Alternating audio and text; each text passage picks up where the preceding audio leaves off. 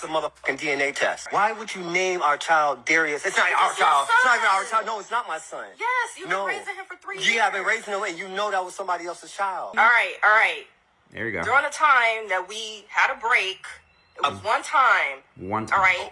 We were going through stuff, and that's it. Oh, okay, one time. So I didn't think anything of it. So you just have to raise somebody else's kid. So we do, one time. I know some people ask me why I talk about mandatory paternity testing at birth so often. You know, say like, isn't it a fringe issue? Like, why do you keep going on about it? It's not that important. My perspective is that you could only feel that way if you didn't have all of the facts. I talk about it because it is important. And for me, it's the topic that killed my naivety. It's where I went from, oh, there might be some sexism against men that we didn't realize, to this is being done on purpose. Men are victims in this culture, and we exist in a system that has been set up to discriminate against men. The two co-conspirators that have set this up are those that benefit from that discrimination: women and the government. For me, this is one of the issues I care the most about because it reveals so much. And if you want to believe that it's just a small issue, that it's negligible and it's safe to ignore it, I think that's foolish and even dangerous. Let me explain first that this affects so many more people than you realize. When they have conducted research as to how many paternity tests come back showing that the person who has been told they are the father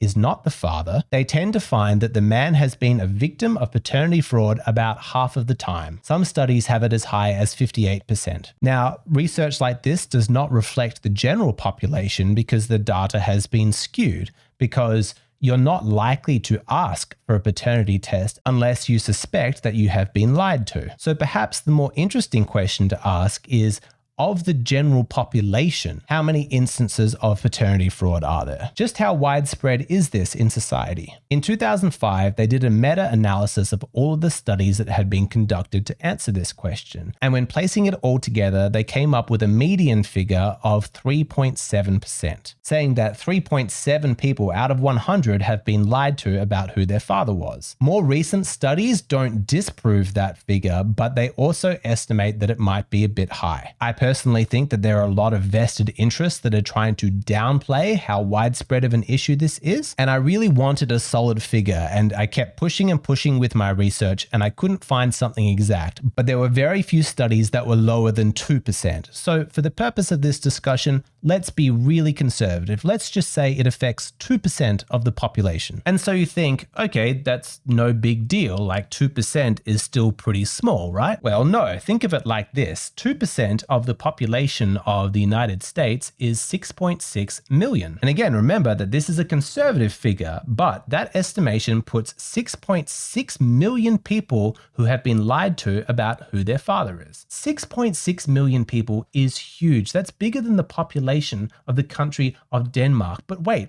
because it gets even worse, because that 6.6 million, that's not just victimizing those children. What about the men who have been lied to and told that the child is theirs when it's not? Those men are absolutely victims of paternity fraud too. So we need to double the figure. It's not 6.6 million, it's now like 13 million. And what about that man's parents? You know, the grandparents who've been falsely led to believe that this child is their genetic line. Think of the time that they spend on them, the inheritance that will come their way. And the aunts and the uncles and the cousins, it's all based on a lie. All of those people are victims as well. And all of that, and we haven't even spoken about the biological father, the man whose child it actually is, but he's never told that, and he misses out on all those years, all of that relationship. And then that man's parents missing out on a grandchild and their extended family. Whatever figure we came up with before, we need to double it to account for all of those victims. In the United States alone, we are talking about tens of millions of people who are genuine victims of paternity fraud. And when we talk about this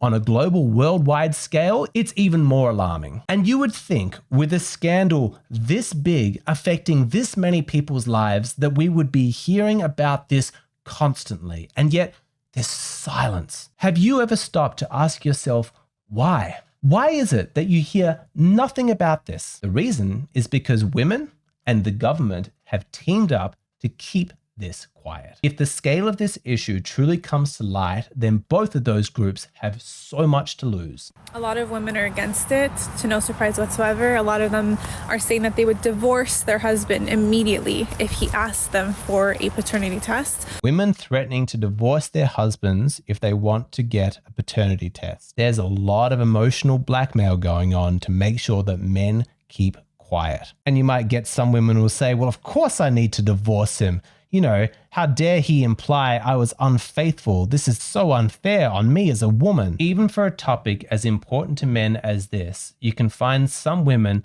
have this uncanny ability to make it about themselves. Let me be very clear. Paternity fraud is not a woman's issue. This is an issue for men. From a biological perspective, there is no bigger sucker than the man who raises another man's child. This goes so much beyond just getting cheated on. It is existential humiliation. This man has been lied to, he has been defrauded and manipulated emotionally in an unforgivably evil manner. And you might think that women who occasionally have that heart-wrenching experience of an administrative mistake at a hospital and being sent home with a baby that's not theirs, knowing how difficult that would be to deal with, you might imagine that women could have some empathy for men in this situation. To sit and contemplate how it might actually feel to be a man, to raise a child, to love them, to give them your time, energy, and resources, all based on a lie. Could that not be a window for compassion and empathy for how serious this is for men? When women make this issue about themselves, I cannot even express how disappointing that is as a response. No understanding for the male fear, no compassion for his suffering. Just instantly make it about themselves. How dare you not trust me? I am a woman, I am perfect, and how dare you suggest anything less? It makes me go through a paternity test to prove that it is his.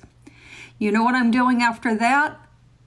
I'm thinking about who am I hiring as a divorce attorney because I'm not staying with that man. Ladies, I know that this is a radical thought, but did you ever consider that this issue is not about you? There was a study done in Spain where they found that 25% of women would threaten divorce if their man asked for a DNA test. Can I remind you that for men who want to get a paternity test, 50% of the time they find out that they have been lied to? If a man is asking for a paternity test, there's probably a good reason, but there's no compassion or empathy forthcoming. It's just guilt and threats. Like, I'm going to divorce you. Just keep on upping the emotional ante to keep you quiet, to stop asking this question, to just drop it. And I understand that it would be an awkward conversation to say, I think I would like to get a DNA test on our child. But that's just another reason why we need mandatory paternity testing to be done at birth. Hospitals already perform a number of routine tests. There is no harm adding paternity to that list. Knowing without a shadow of a doubt who the paternal father is benefits everybody. Well, almost everybody. The only real victims would be the lying women. But my question is, who would want to protect them? There have been efforts recently to have paternity testing be linked to child support.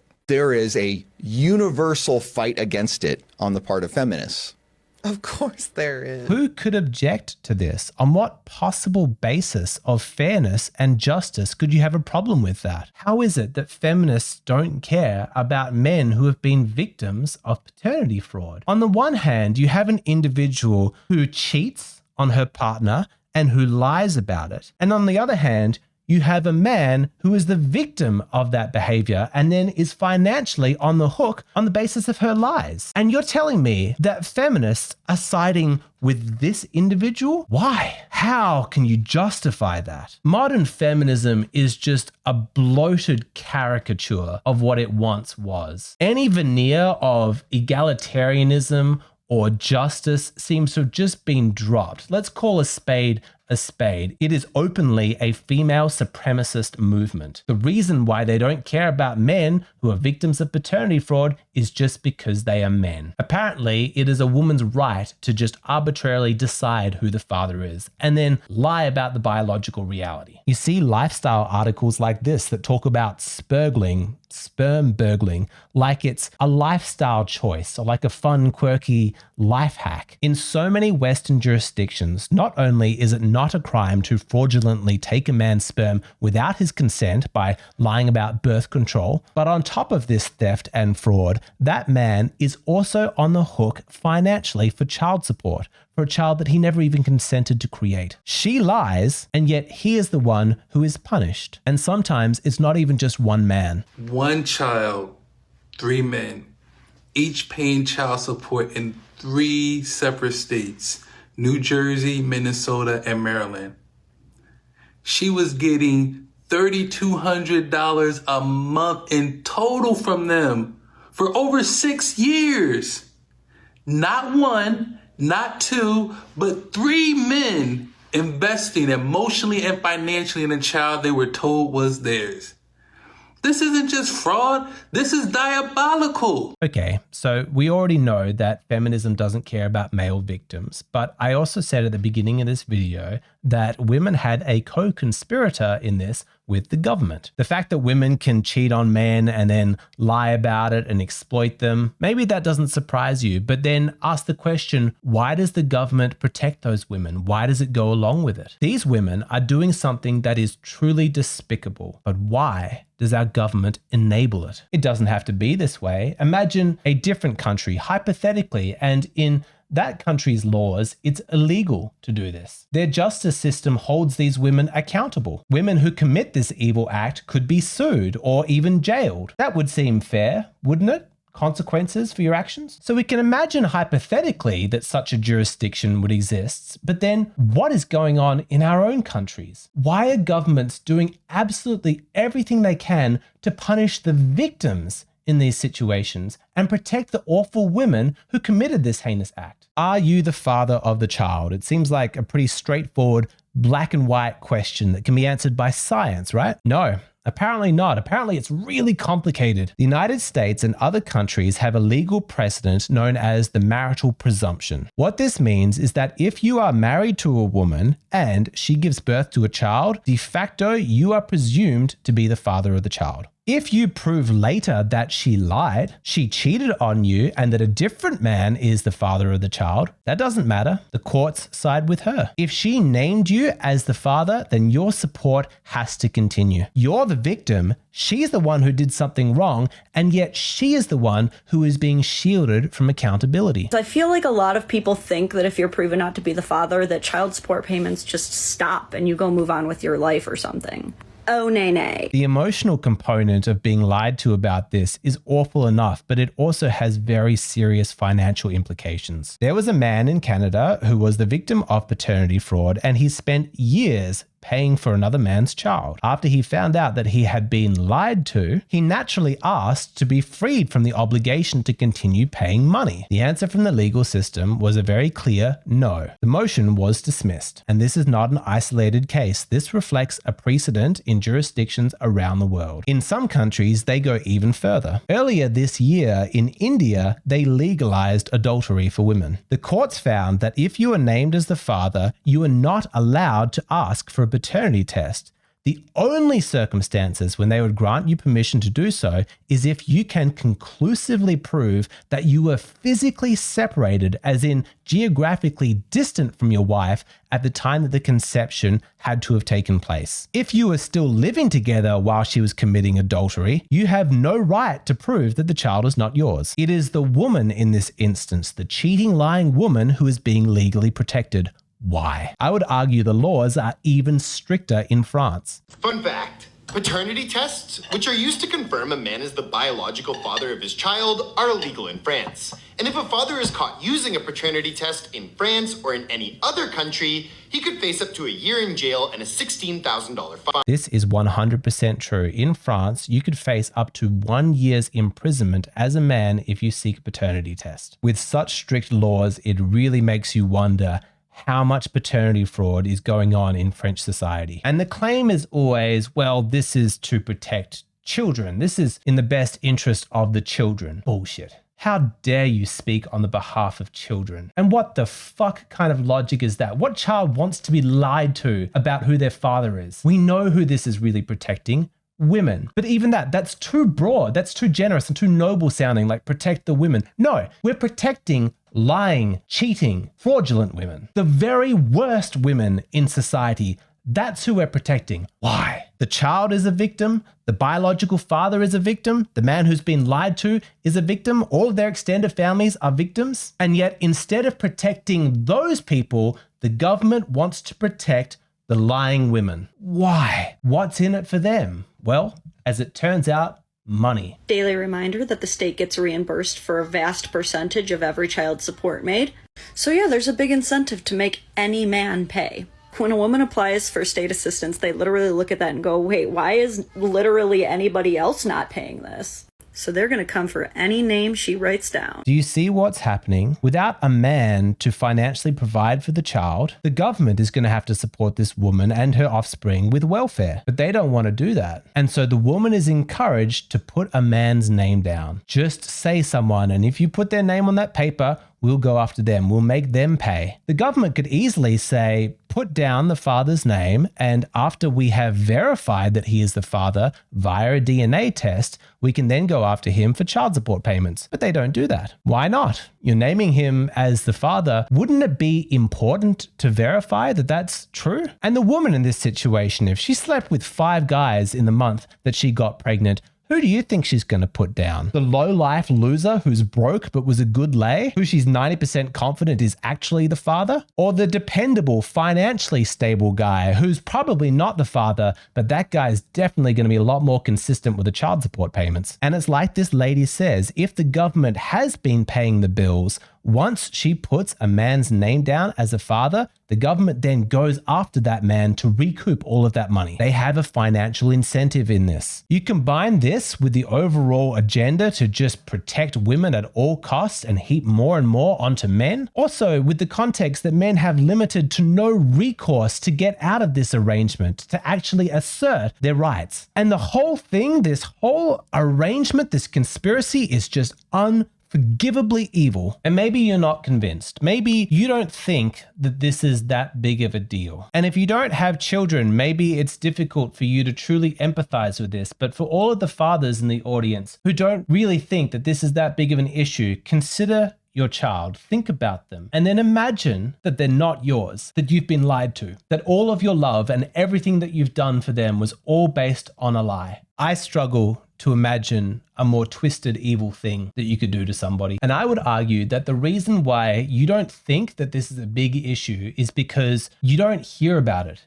anywhere. There's no debates about this. It's not in the newspapers or the magazines or on the cable news. There's no one talking about this like it's a big scandal that we've got to do something about this. And if nobody's talking about it, then it must not be that big of a deal, right? Well, my answer to that is I really don't give a shit if nobody else thinks this is a big issue. I don't judge the importance of an issue based on how many people agree that it's a big deal. By my value system, this issue is huge, and it's criminal that more people aren't talking about it. And I can understand why the feminists and the government and the dishonest women, they don't want this to be an issue. But why should we let them dictate what's important? I encourage you to talk about this issue as often as you can, loudly. Bring it up in conversations. Write to your elected officials and ask them what their stance is. We need to demand mandatory paternity testing done at birth. And in addition to talking about this, you need to be smart. You need to protect yourself. I advise any male that I know to get yourself a DNA kit and swab that child's mouth, because you'd be surprised just how many of those kids belong to another man. Women do this all the time. I'm a woman.